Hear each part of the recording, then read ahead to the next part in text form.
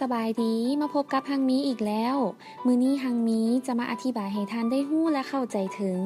สิ่งที่ควรปฏิบัติและบ่ควรปฏิบัติในการลงทุนสำหรับสิ่งที่ควรปฏิบัติในการลงทุนประกอบมี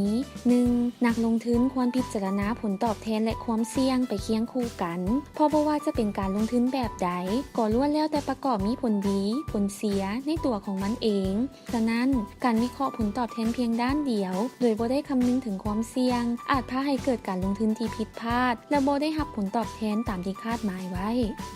2. นักลงทุนควรจะกระจายการลงทุนอย่างเหมาะสมนั่นหมายความว่านักลงทุนควรลงทุนไปในหลักทรัพย์หลายประเภทเช่นหุ้นกู้หรือพันธบัตรรวมไปถึงเครื่องมือการลงทุนอื่นๆเพราะว่าการลงทุนในลักษณะนี้จะสามารถช่วยลดความเสี่ยงเฉพาะตัวของแต่ละหลักทรัพย์ลงได้ 3. นักลงทุนควรจัดองค์ประกอบของหลักทรัพย์ที่ลงทุนให้เหมาะสมกับตนเองหมายความว่านักลงทุนต้องคำนึงถึงสภาพทางการเงินแผนการใช้เงินในชีวิตประจำวันและอนาคตเพื่อทำการวิเคราะห์และทำความเข้าใจอย่างรอบด้านและลึกซึ้งบ่ควรลงทุนตามคนอื่นเพราะแต่ละคนมีลักษณะการลงทุนและมีความต้องการที่แตกต่างกัน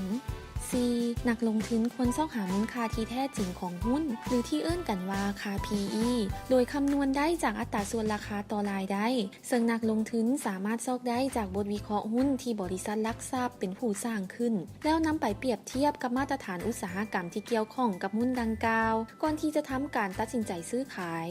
5. นักลงทุนควรกำหนดเป้าหมายการลงทุนให้ชัดเจนต้องรู้ว่าตนเองต้องการผลตอบแทนในระดับใดพร้อมเดียวกันนั้นก็บ่ควรโลภมากโลภาบ่ประมาทและบ่กังวลจนเกินไป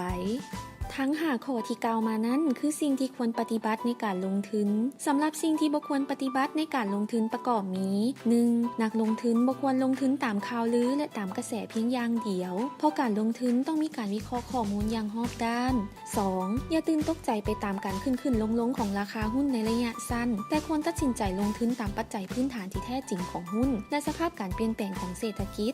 3. นักลงทุนบ่ควรใช้ข้อมูลในอดีตมาตัดสินใจการลงทุนเพียงอย่างเดียวเนื่องจากว่าการลงทุนเป็นการคาดการณ์ในอนาคตที่อาศัยทั้งข้อมูลในอดีตปัจจุบันรวมทั้งข้อมูลทางสภาพแวดล้อมเศรษฐกิจที่มีการเปลี่ยนแปลงตลอดเวลา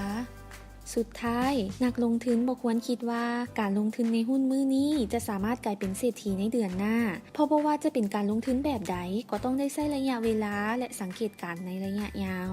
ทั้งหมดที่กล่าวมานั้นเป็นเพียงส่วนหนึ่งที่คัดมาจากปึ้มเปิดโลกแห่งการลงทุนตอนรู้จักการลงทุนในหุ้นหากท่านใดมีความสนใจก็สามารถติดตามอ่านเพิ่มเติมได้ที่ปึ้มหัวดังกล่าวแล้วกลับมาพบกันใหม่ในครั้งต่อไป